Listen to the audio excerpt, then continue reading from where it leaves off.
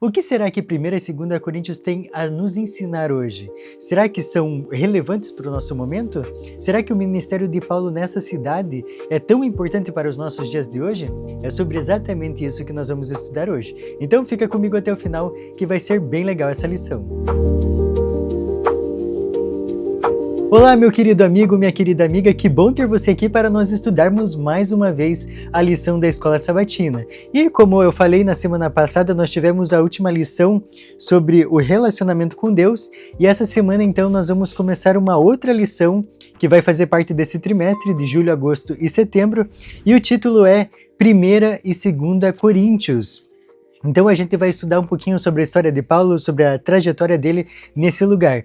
E é interessante, muito importante a gente lembrar aqui, que na lição anterior à que a gente terminou, na semana passada, falava sobre Filipenses e Colossenses. Então a gente viu ali um pouquinho do trabalho de Paulo, que foi bem importante. E se você quer ter acesso a esses vídeos, esse conteúdo que a gente fez, também está aqui no canal numa playlist separada com esse nome, tá? Filipenses e Colossenses. Então você pode acessar aí, né, no canal, na playlist, tá todo o material, foi muito legal trabalhar esse conteúdo, e hoje a gente vai estudar mais um pouquinho, só que com outros livros, né? Coríntios, ok? Então, esse daqui é o nosso quadro Lição em Ação, para você que não sabe. E se você não sabe e está vindo aqui pela primeira vez, já clica em se inscrever para que você não perca os nossos próximos vídeos, tá? Toda semana a gente tem um conteúdo aqui sobre a Bíblia, aprendendo e ainda colocando em prática, porque aqui o que a gente precisa colocar é em prática todo esse conteúdo que a gente estuda, que a gente aprende aqui, ok? Então, essa lição de hoje não vai ser diferente. Daqui a pouco a gente vai ter o nosso desafio da semana, ok? Então, como eu já falei anteriormente, o título dessa semana é O Ministério de Paulo em Corinto. E aqui a gente começa então com a nossa tirinha. E olha só, a gente tem que lembrar o quanto Paulo viajava. E antes dele chegar em Corinto, ele estava em Atenas. E Atenas também foi um importante lugar que ele pregou muito a palavra de Deus. E é interessante que ele não pregava nada além do que Cristo falou para ele. Pregava exatamente o Cristo vivo, o Cristo Salvador, que é exatamente a missão que a gente tem para fazer hoje, que é pregar dessa mensagem maravilhosa que você sabe, você precisa passar para frente, você não pode guardar para você, porque isso é uma forma de egoísmo, né? Você ter uma mensagem tão salvadora, tão libertadora e não passar para frente, isso é um grande erro. E aí então, a gente vai começar no nosso verso para memorizar, que está lá em Atos 18, versículo 9 e 10, diz assim: Certa noite Paulo teve uma visão em que o Senhor lhe disse: Não tenha medo, porque, pelo contrário, fale e não fique calado, porque eu estou com você e ninguém ousará lhe fazer mal, pois tenho muito povo nesta cidade. A gente vai ver daqui a pouco em que contexto Paulo escreveu esses versos, e também por que Deus falou isso para ele. Então, fica aí comigo que daqui a pouquinho a gente vai passar por esse momento. Mas antes de a gente chegar nesse momento, eu gostaria de falar aqui para você.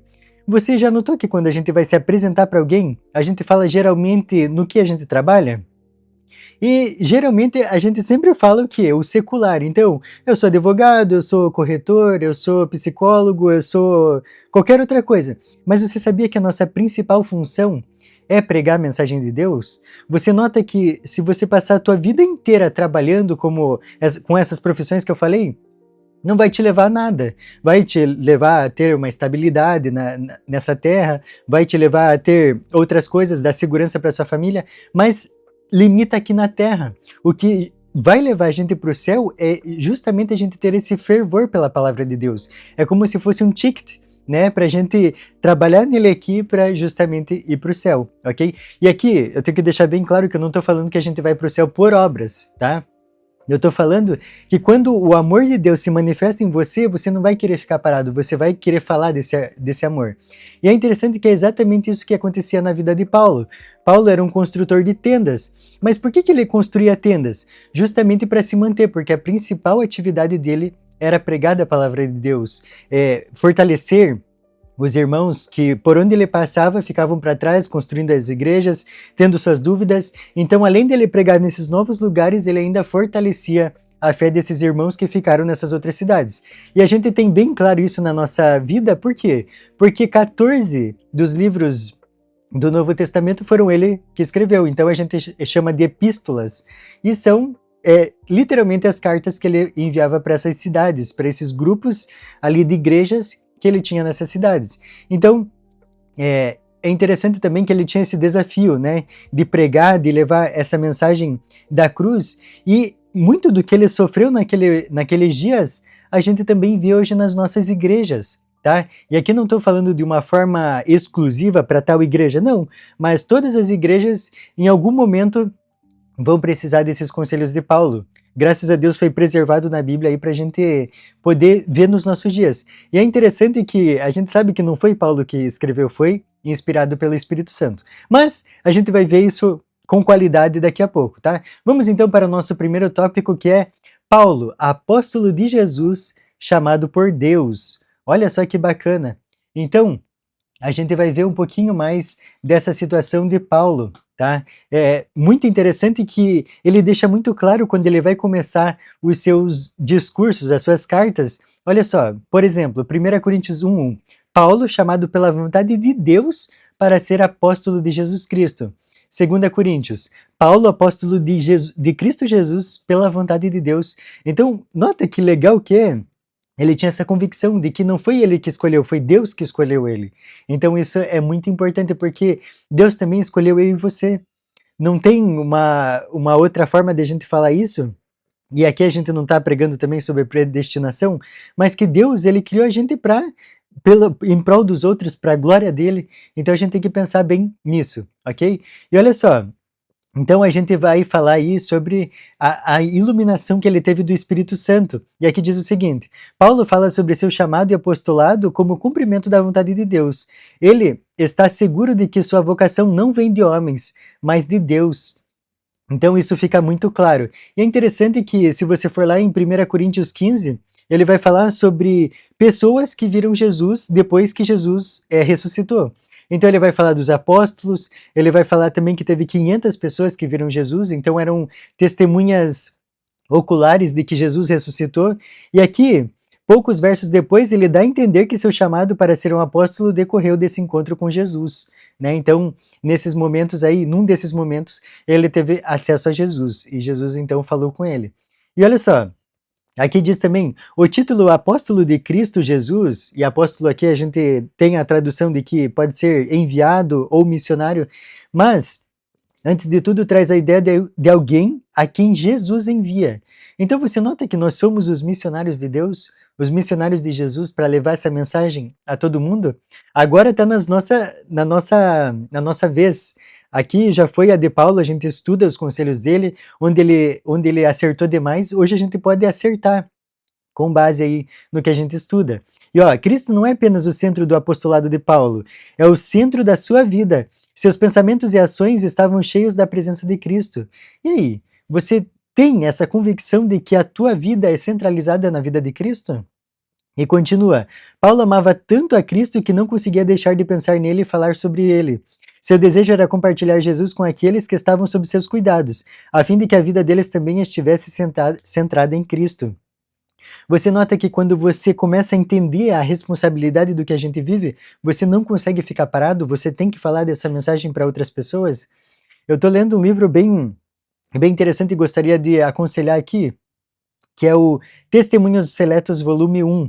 É sensacional, você vai ver também a história de uma pessoa que sentiu esse chamado e quis levar essa mensagem para as outras pessoas. Então é bem legal, separa um momento para ler que você vai se inspirar para levar também essa mensagem a outras pessoas. E um outro livro que eu gostaria de aconselhar você a ler também é o livro Atos dos Apóstolos, tá? Vai falar muito sobre a vida de Paulo e aí você vai entender um pouco mais sobre o guerreiro que foi Paulo. Às vezes você não consegue entender o tanto que ele sofreu pelo evangelho, então nesse livro aí você vai conseguir entender um pouquinho mais, ok?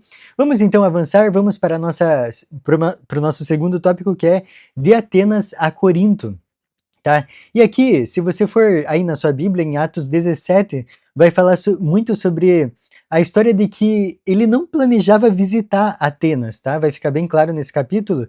Ó, mas ele foi levado lá por alguns amigos, por causa da oposição que ele enfrentava. tá? Então aí o que se segue em Atos 17 mostra o que Paulo fez enquanto aguardava. Ele falou de Jesus na sinagoga, na praça e no Areópago. Ele não conseguia deixar de falar sobre Cristo e aproveitava cada momento então para falar sobre isso. Você nota que Satanás não teve paz com Paulo vivo?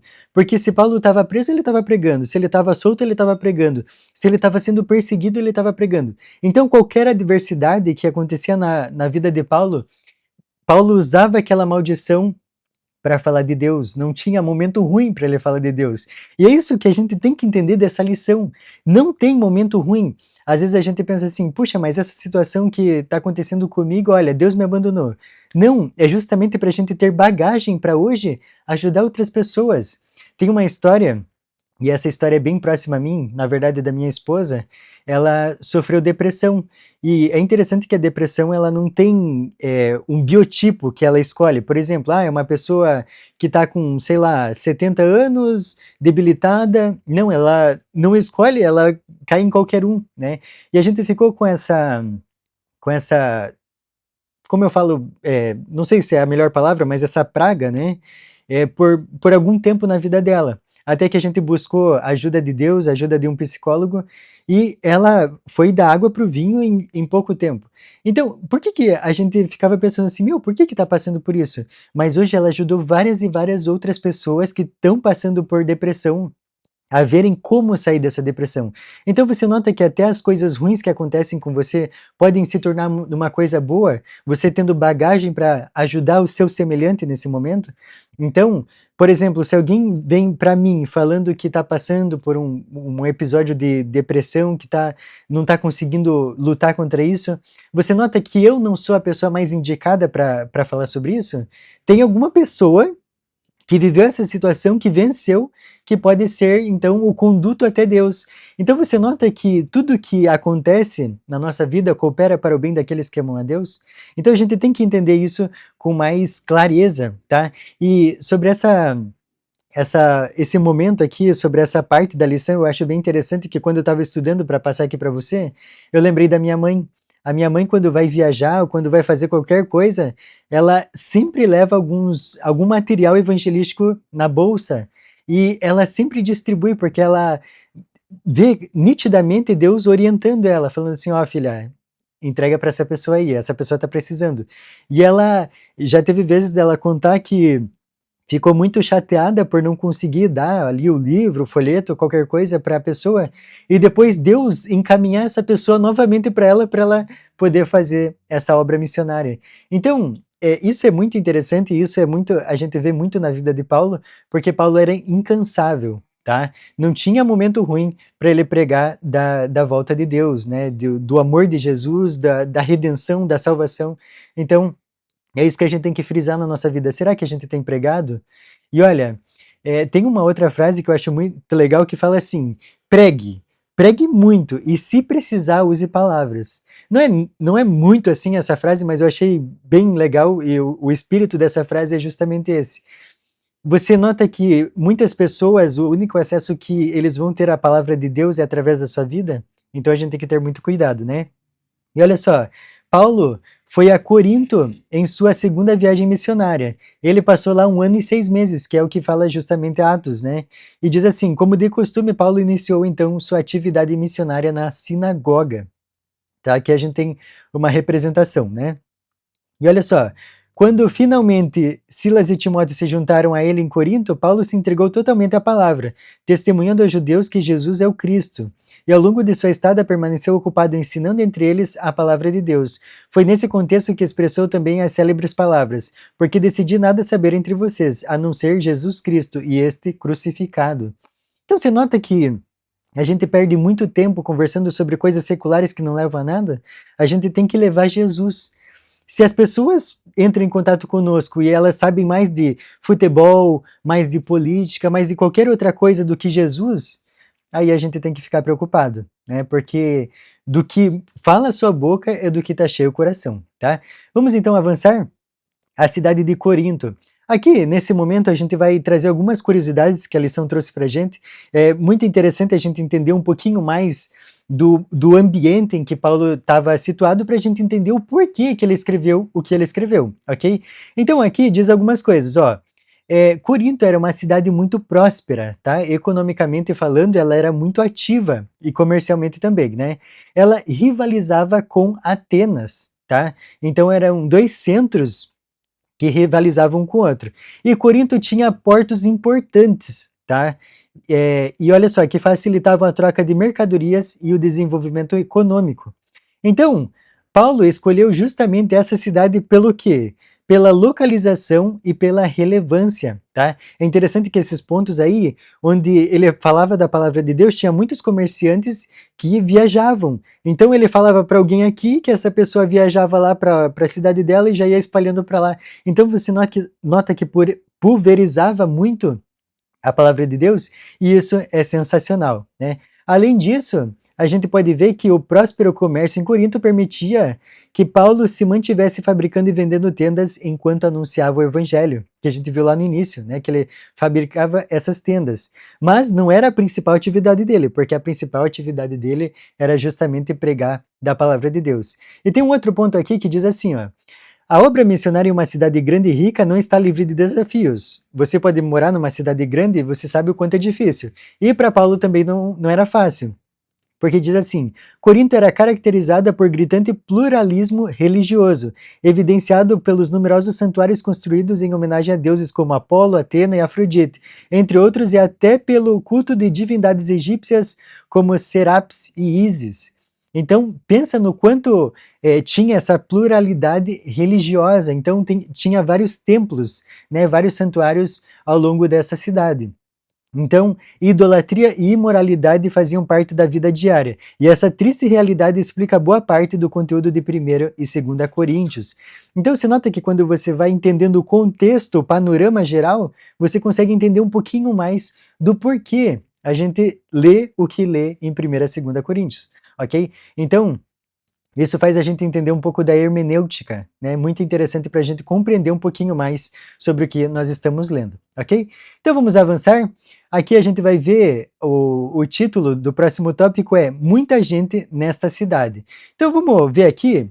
Diz assim, ó: o trabalho de Paulo entre os judeus em Corinto não foi tão frutífero quanto ele desejava. O apóstolo enfrentou hostilidade e ódio. E aí, quando você enfrenta essa hostilidade, você para ou continua falando da vontade de Deus, da palavra dele? É interessante que às vezes uma pequena situação, às vezes um desânimo faz a gente desmotivar de falar da palavra de Deus. Então a gente tem que pensar isso. Será que essas coisas que acontecem na nossa vida são o suficiente para a gente parar a mensagem tão grandiosa que a gente tem para levar para frente?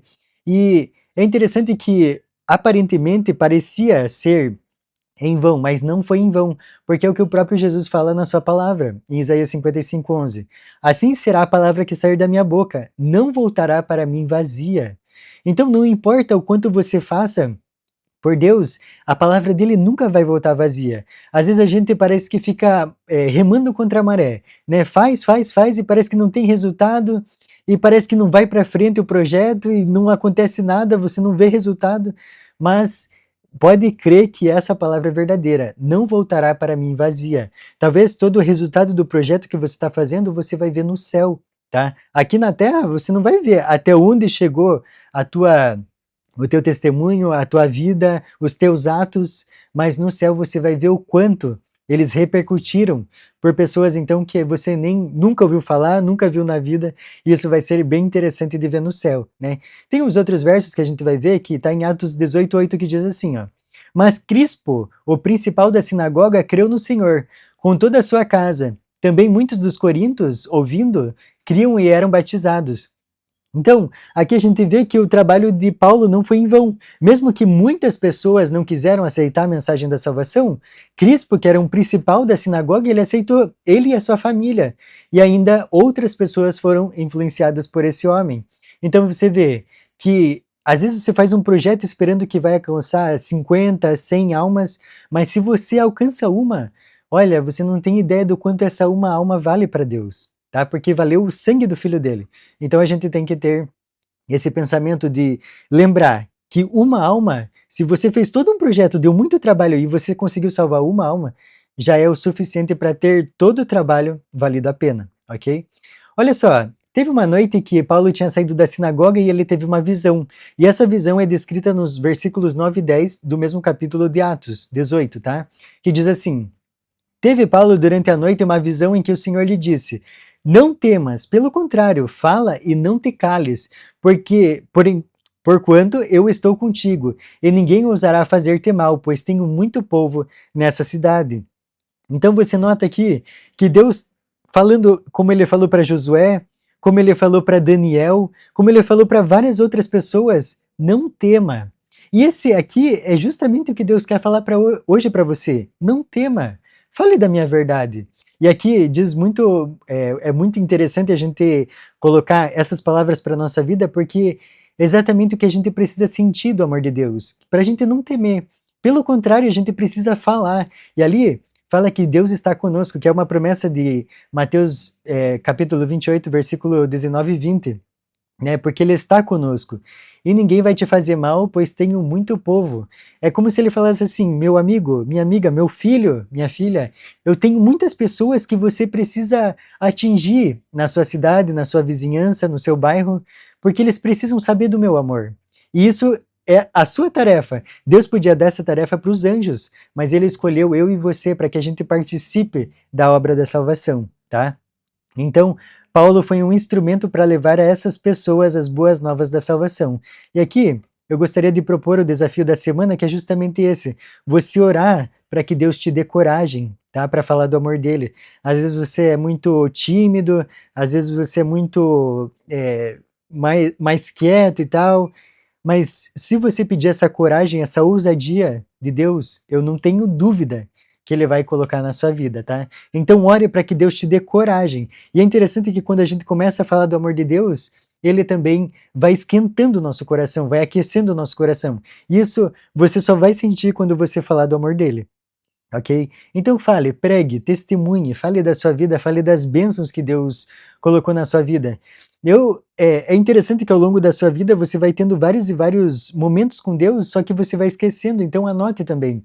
Por exemplo, ontem eu queria comprar uma camisa e queria que Deus escolhesse. E aí eu orei e olha, foi certinha por outros requisitos, mas foi certinha, deu para ver claramente que foi Deus que escolheu a camisa. Então é só você orar que Deus está pronto a te responder, tá? Vamos então avançar as cartas de Paulo aos Coríntios. Então, aqui eu gostaria de pontuar com vocês mais algumas curiosidades, né? Paulo estava em Éfeso quando escreveu 1 Coríntios, tá? E a família de Chloe, que ela é citada, né, em Coríntios, ela levou notícias da igreja que elas iam e mostrou para Paulo que não ia muito bem essa igreja, né?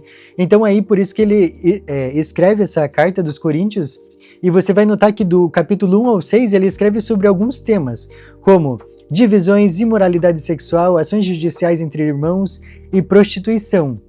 E aí do 7 em diante ele responde perguntas específicas que falam sobre casamento, divórcio, celibato, alimentos sacrificados a ídolos, conduta no culto, uso dos dons espirituais e má compreensão sobre a ressurreição. Então você nota que tudo ele estava escrevendo ali para ajudar esse povo de Coríntios. Mas é interessante que ele também usa para nós nos nossos dias.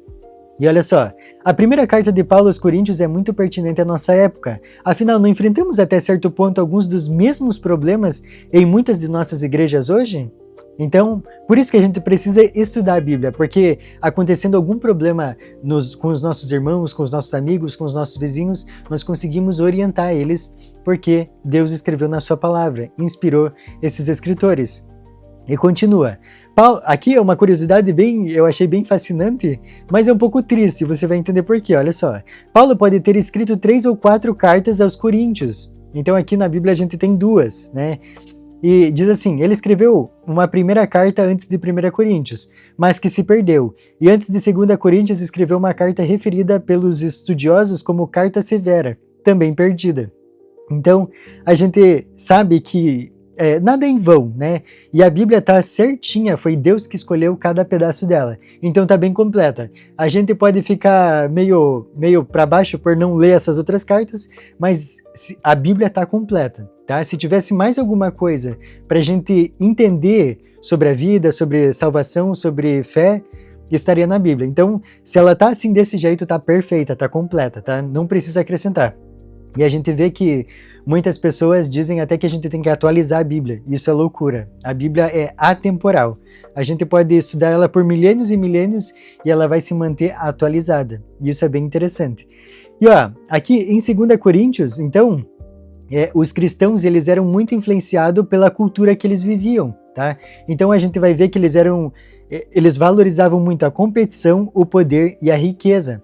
E aí então Paulo tem a missão de mostrar para eles que eles precisam ver a vida pelas lentes do Evangelho, tá? E é exatamente esse conselho que ele dá para mim e para você, para que a gente veja pelas lentes do Evangelho. E assim a gente vai ver o quanto o mundo que a gente vive, ele é cinza, tá? Ele não é nada bonito, ele é horrível, na verdade. E aí as lentes do Evangelho vão ver que a gente vai dar cor a esse mundo.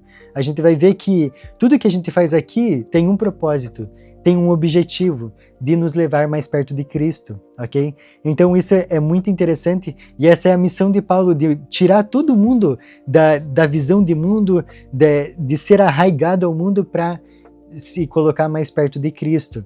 E isso então a gente tem que levar para a nossa vida, tá? Não se apegue às coisas do mundo, isso daqui é tudo passageiro. Aqui a gente vai viver nessa terra, sei lá, 70, 80, 90 anos, talvez uns mais, outros menos, mas a gente vai viver eternidades no céu. E olha que para o ser humano entender o que é uma eternidade é muito difícil, porque tudo que a gente conhece é limitado. Então pense, o que é viver 1 milhão de anos, 3 milhões, incontáveis anos com Cristo e só desfrutando de felicidade?